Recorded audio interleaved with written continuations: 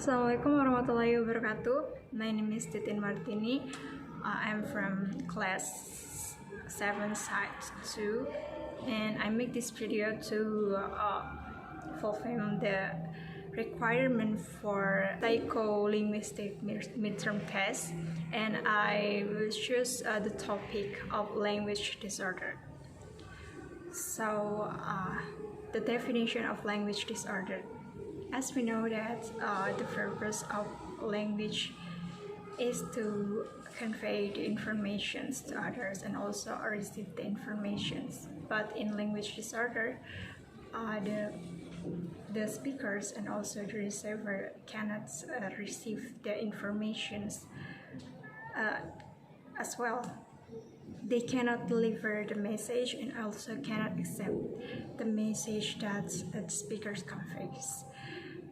And also, language disorder is a significant delay in the use and or understanding of spoken or written language. So both, but someone who has a disorder in language disorder, they cannot, don't have an ability to understand spoken or written language. The language disorder can be classified into several types. It can be seen from the form of the language, such as phonology, syntax, and morphology, and also from its context or meanings like semantics, its use, which is pragmatics. All of the category can be all the combination. It could be the inability in the form of language and its use in the pragmatics, or it's also in the context and also in the form of language.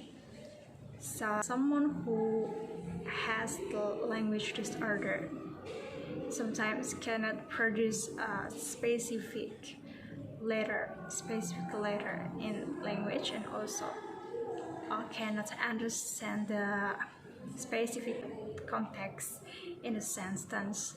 That's why someone who has a language disorder cannot receive or deliver their message in communication. Now, according to the DSM-4, an expressive language disorder is characterized by language production skills that are below an age-appropriate level.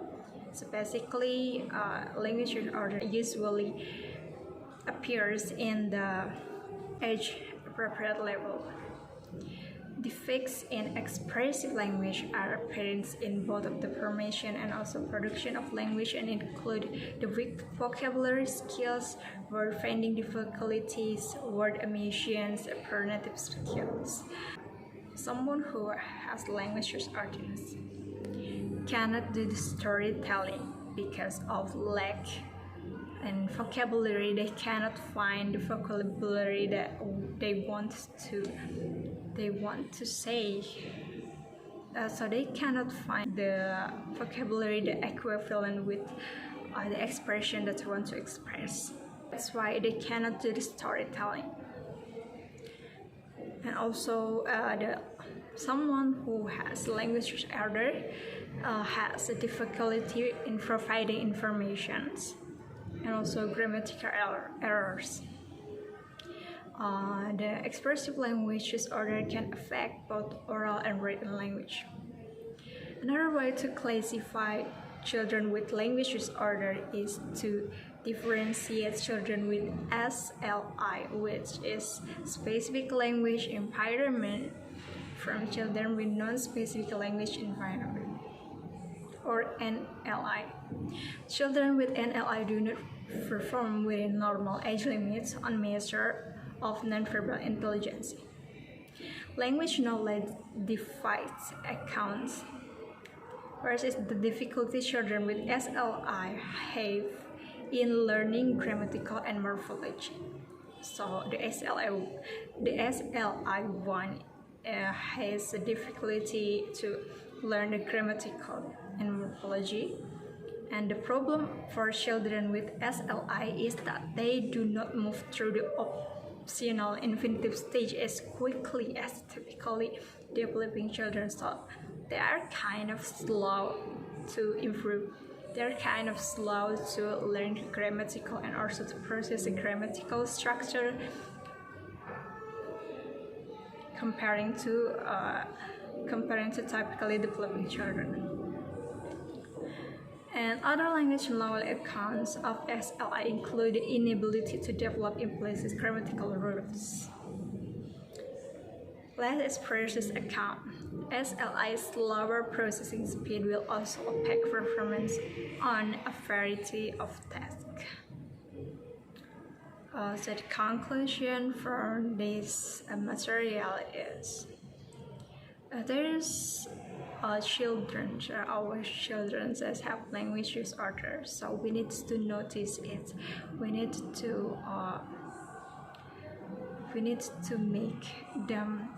help them to improve, to develop, to understand language more, and also to enhance the speed of them to understand the grammatical rules, and also enhance in knowing more vocabulary so they can communicate well. They can communicate well and also can express themselves as well, and also can convey more information that they want to share. So that's all from me. Thank you very much for attention. Wassalamualaikum warahmatullahi wabarakatuh.